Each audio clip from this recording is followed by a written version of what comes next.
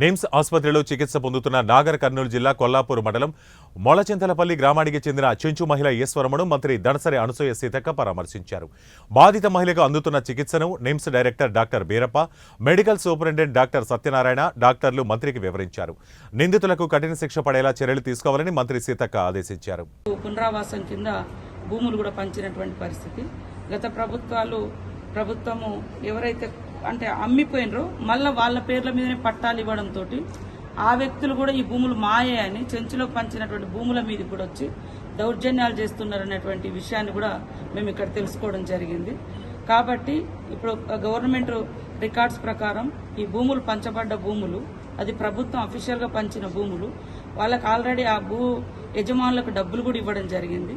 ఇప్పుడు ఆ భూమి కోసము ఒకరిద్దరు కుటుంబాలు కూడా కన్నేసి, ఎందుకంటే కొల్లాపూర్కు దగ్గరగా ఉంటుంది కాబట్టి మరి ఆ భూముల యొక్క విలువ పెరిగింది కాబట్టి ఆ భూములను స్వాధీనం చేసుకోవాలని వీళ్ళ యొక్క అమాయకత్వాన్ని, పేదరికాన్ని ఆసరా చేసుకుని భయభ్రాంతులకు గురి చేయాలన్నటువంటి కుట్రతోటి ఆ దౌర్జన్యంగా అత్యంత ఒక ఫ్యూడల్ భావజాలంతో కూడినటువంటి మెంటాలిటీతో చేసినటువంటి ఘటన.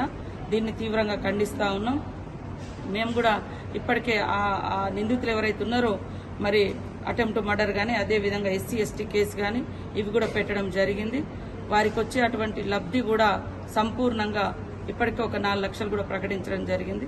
తర్వాత ITDF నుంచి ఒక 25,000, మరి ఉమెన్ అండ్ చైల్డ్ నుంచి ఒక 25,000 తాత్కాలికంగా ఇవ్వడం జరిగింది. ఆమె పూర్తి స్థాయిలో కోలుకునేంత వరకు ప్రభుత్వ పర్యవేక్షణలో నిమ్స్ హాస్పిటల్లో మరి ట్రీట్మెంట్ కూడా జరుగుతుంది. వాళ్ళు ఎవరైనా కానీ SP గారికి కూడా మేము ఖచ్చితంగా ఆదేశించినాం. అదేవిధంగా మా మంత్రి గారు కూడా జూపల్లి కృష్ణారావు గారు కూడా పూర్తి స్థాయిలో మరి వారు కూడా బాధ్యత తీసుకొని ఎవరిని వదిలిపెట్టేది లేదు. ఇలాంటి దుర్మార్గాలు ఈ సమాజంలో మళ్లీ జరగకూడదనేదే మేము భావిస్తా ఉన్నాం. అలాంటి వారికి ఖచ్చితంగా కఠినమైన శిక్ష పడితేనే ఇలాంటి మానవ మృగాలు మళ్ళీ ఇలాంటి చర్యలకు పాల్పడాయి. కాబట్టి ఈశ్వరమ్మ కుటుంబానికి మేమందరం అండగా ఉన్నాం. సీఎం గారు కూడా వారి యొక్క సానుభూతిని కూడా తెలియజేయడం జరిగింది. మేము గత కొంతకాలంగా 5-6 రోజుల నుంచి అందుబాటులో లేకపోవడంతో కొంత లేట్ అవ్వడం జరిగింది.